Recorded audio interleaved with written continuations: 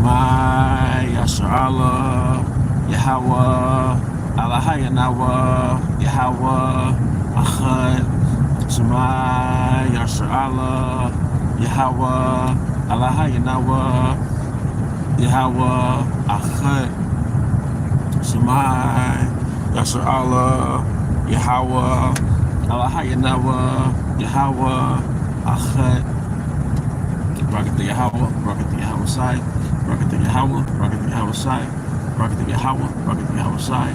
Bahasher Wakaha Kodash. I want to give double honors to our elder apostles and elder bishops of Great Millstone who rule well, as well as peace and blessings, health and wellness to the house of David the elect. That was a high spirit way lawyer. And today I want to go into a topic. All right. I had a couple things in my mind, all right, but I'm just gonna go in the spirit, all right. Satan wants you to think you ain't shit, all right. Satan wants you to think you ain't shit. And the reason why I'm going into this topic, all right, the reason why I'm going into this topic is because I've been reflecting on life in America, all right. I was watching this podcast, this particular Evite, all right, she had a particular podcast and she was like, you know, a prideful Evite, Judite, and she had this guy by the name of Smart Guy on there. And they also had some more Israelite guys on the podcast. And Smart Guy was condemning feminism. And he was discussing how Esau used feminism to really overthrow our whole race. And the black bitch was just looking all prideful, like, I'm not listening to this nigga. But then Smart Guy was saying, he told all the guys, he said, you're handsome, you're handsome, you're handsome. But when he was saying that, I believe he was waking Jake up, because there's a certain trance that Jake is in, and you know, this is between Edomite supremacy and feminism. They want you to think you ain't shit. In order for a woman to believe she's a god or a goddess or a celebrity, at minimum, in order for you to play into that narrative, you have to be devalued. And don't get me wrong, Israelite women are royal, they're princesses, but they do not come before the Israelite man. You see, a man's glory is a woman, but Yahweh's glory is who? The Israelite man. Okay? But I've noticed it's a lot of things put into your subconscious, or that devalue make you devalue yourself. If you listen to nigga music, all right, all the time, it's inculcating a message. You're nothing if you don't have money. Or I was nothing when I didn't have money, but now that I have more of Esau's money, I'm something. Now females want me because I have more of Esau's money. All right?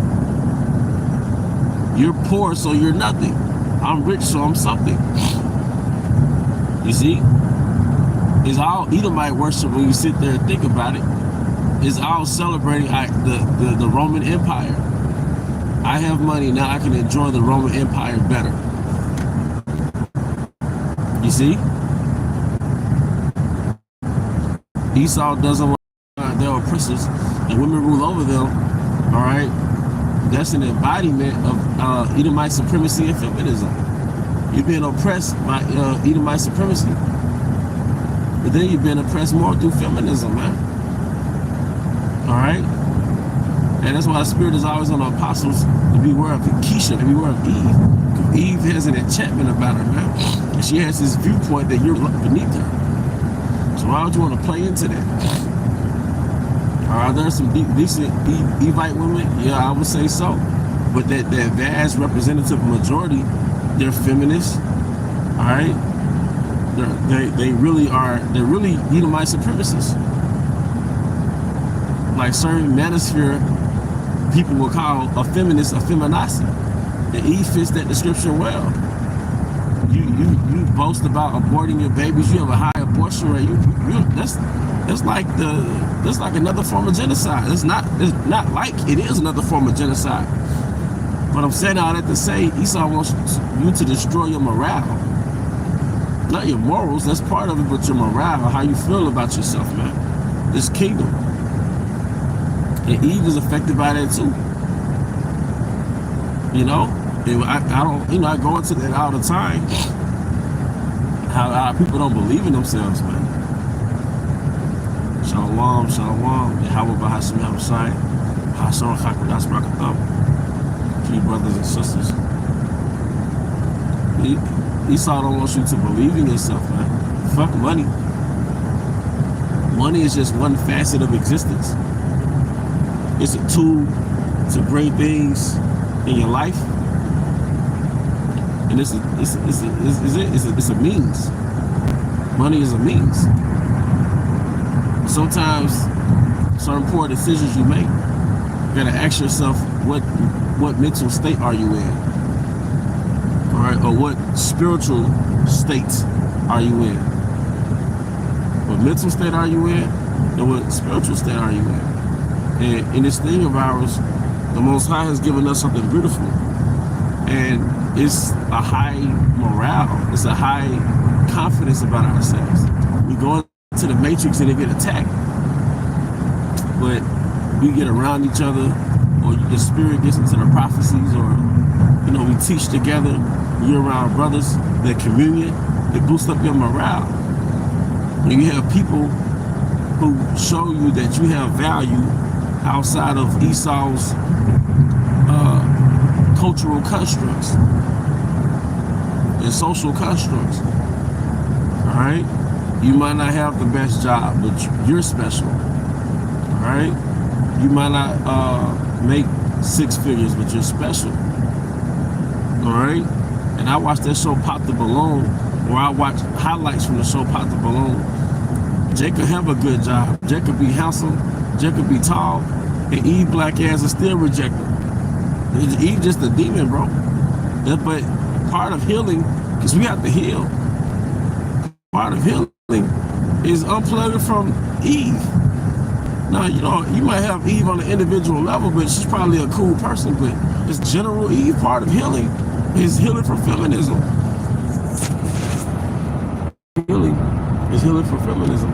Healing from that enchantment of feminism. Healing from Eve is something special, man. What the beauty of a woman makes her a deity, man. You know? You know, and one of the brother got 1 Corinthians 10 and 13, but you know, for obvious reasons I can't read it while I'm driving, but I know you brothers and sisters can read it. But it speaks about Yahweh creating a way to escape. And for him to have created a way to escape, and he created a way for us to escape Edomite supremacy and feminism. Because ultimately Edomite supremacy, it made Esau a god over us, and feminism made Eve a god over us. But that enchantment has gotten weak, man. You got Jake straight up talking about semen retention. You got Jake straight up talking about being celibate. You got Jake talking, hey, it's a big wave of Jake speaking about putting your purpose over pleasure, man. But I notice when you unplug from those things, at least temporarily, it sobers up your mind. You get your clear mind back, and you say to yourself, why would I chase a woman? Why would I chase a woman I don't know? What makes her special? Because now you've unplugged from social media. You've unplugged from the filth on the internet, which was really like an enchantment. It was really an enchantment. But in turn, you get your value back. It was Dr. Shahrazad Ali that said in her book, The Black Man's Guide to Understanding a Black Woman, all right? And she roughly paraphrased that the so-called black man, if he feels good about himself, he can do anything. She was basically saying, like, your core is really you feeling good about yourself. You know? It's all about feeling good about yourself, man. Believing in yourself. Going on that journey and that path of putting yourself in situations that force you to believe in yourself. Not dangerous situations, but just challenging yourself. All right, well, believe in yourself. All right, that way you'll have that high morale about yourself. You'll have that sense of competence about yourself, man. Like I said, Esau wants to break you down, man, and just make you a little animal, a little fiend, you know. That's why Eve is out of hand, man. All right, because she could get away with just not having her clothes on, unaliving her little ones, having multiple partners, making levity of infidelity, main nigga, side nigga paradigm, you know. And Jake feeds into that shit, but Jake doesn't believe in himself, man. And we've all been affected by that. A lot of us have been affected by that shit. And this journey isn't just cursing out the so-called white man, but it's also unplugging from his fucking enchantment.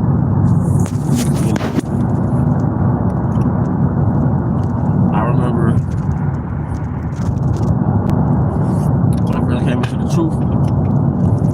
when I first came into the truth. And I was, you know, we went into the mark of Cain and leprosy. I started to look at Edomites differently, like, man, who the fuck is this creature, man? My mind was unplugged, you know, my mind was awakened, my eye was open. But then you look at our people like, man, we're really a beautiful people. We just fucked up. You know, we screwed up, man. This America was a mind screw, man. It was a mind fuck, man. You see? America was screwed up in the mind, you know?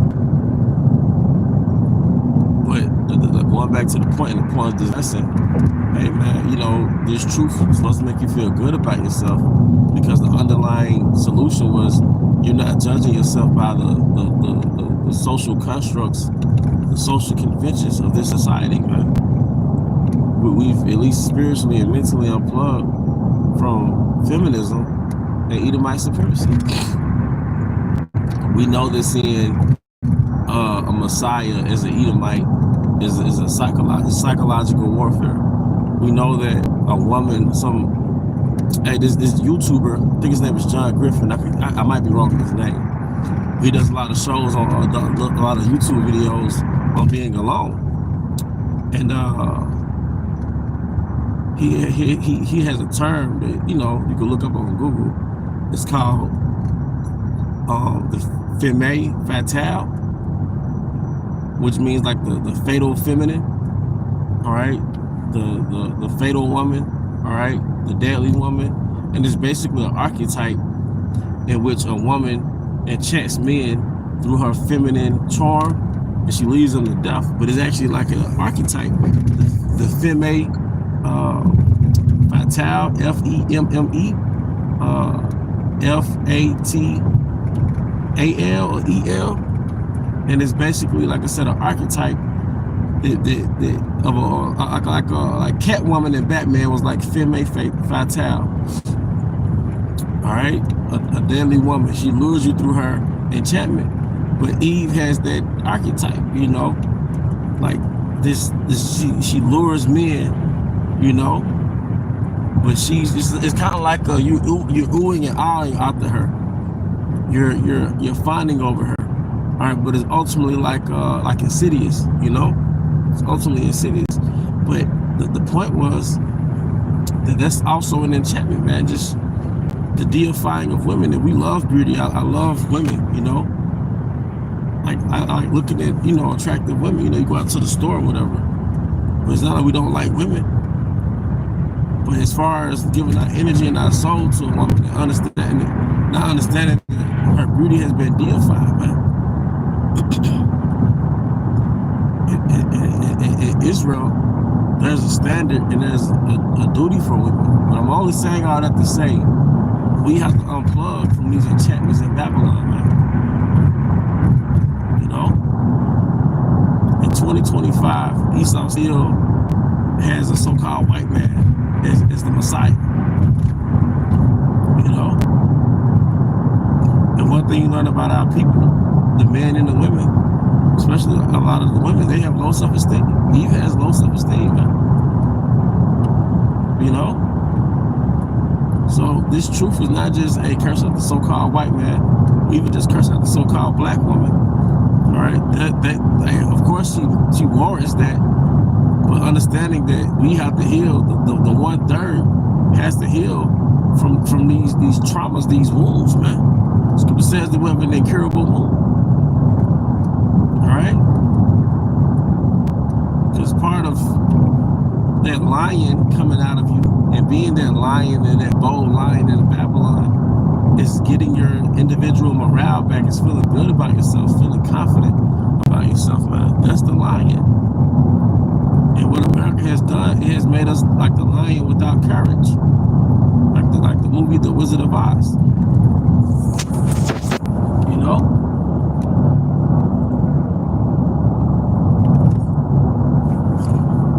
We become like that lion without courage, man. So part of Babylon is getting your morale back, man. One thing that'll help, and it has helped me, man, is just withdrawal from this society and getting your peace back, detoxing, cleansing, you know, abstaining from certain vices, whether it's law or not. But once you get that clarity back, when you unplug from poor habits and you let those addictions go or those poor habits go, you get your morale back, man. You get your clarity back. All right? Get your self-esteem back, man. You know? I looked up the word kryptonite. All right? And of course, kryptonite means like a weakness. But then I looked up antonyms or opposites of kryptonite, words that had the opposite meaning of kryptonite. And one of the words that came up was freedom. If kryptonite means weakness, the opposite of a weakness is a strength. One of the antonyms that came up for the opposite of kryptonite was freedom. So when you get rid of your weakness, or at least triumph over your weakness temporarily, you have a sense of freedom. And your weakness is really sin. But you commit sin through your flesh. Your flesh is a weakness. All right? But when you have that sense of dominion over some of your habits or vices in the flesh, you have a sense of freedom. And it's essential to know your sources of strength. All right? It's one thing to know your weakness. All right? That's part of knowing yourself. But it's another thing to know your strengths, man. Because we all have weaknesses and strengths. Just drinking his tea. You know, tea pretty good, man.